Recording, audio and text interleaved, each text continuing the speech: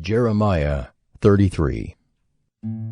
The word of the Lord came to Jeremiah a second time while he was still shut up in the court of the guard. Thus says the Lord who made the earth, the Lord who formed it to establish it, the Lord is his name.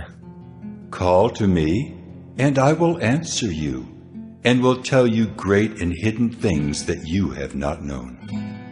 For thus says the Lord, the God of Israel, concerning the houses of the city and the houses of the kings of Judah that were torn down to make a defense against the siege mounds and against the sword.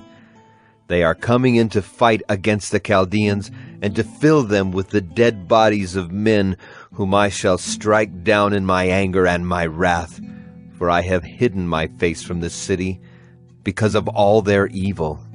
Behold, I will bring to it health and healing, and I will heal them and reveal to them abundance of prosperity and security. I will restore the fortunes of Judah and the fortunes of Israel, and rebuild them as they were at first. I will cleanse them from all the guilt of their sin against me, and I will forgive all the guilt of their sin and rebellion against me. And this city shall be to me a name of joy, a praise and a glory before all the nations of the earth, who shall hear of all the good that I do for them. They shall fear and tremble because of all the good and all the prosperity I provide for it. Thus says the Lord, in this place of which you say, it is a waste without man or beast, in the cities of Judah and the streets of Jerusalem that are desolate, without man or inhabitant or beast, there shall be heard again the voice of mirth and the voice of gladness, the voice of the bridegroom and the voice of the bride, the voices of those who sing as they bring thank offerings to the house of the Lord. Give thanks to the Lord of hosts, for the Lord is good, for his steadfast love endures forever. For I will restore the fortunes of the land as at first, says the Lord.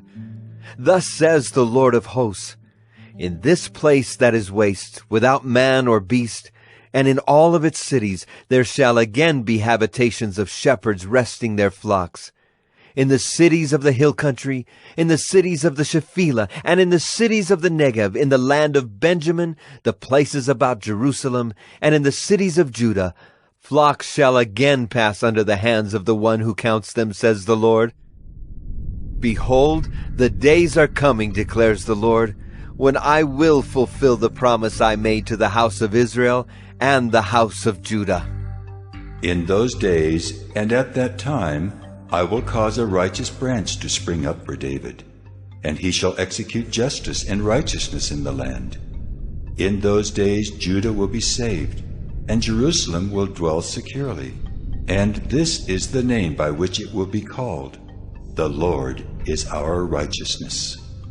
For thus says the Lord, David shall never lack a man to sit on the throne of the house of Israel, and the Levitical priests shall never lack a man in my presence to offer burnt offerings, to burn grain offerings, and to make sacrifices forever. The word of the Lord came to Jeremiah. Thus says the Lord, if you can break my covenant with the day and my covenant with the night, so that day and night will not come at their appointed time, then also my covenant with David my servant may be broken, so that he shall not have a son to reign on his throne, and my covenant with the Levitical priests my ministers.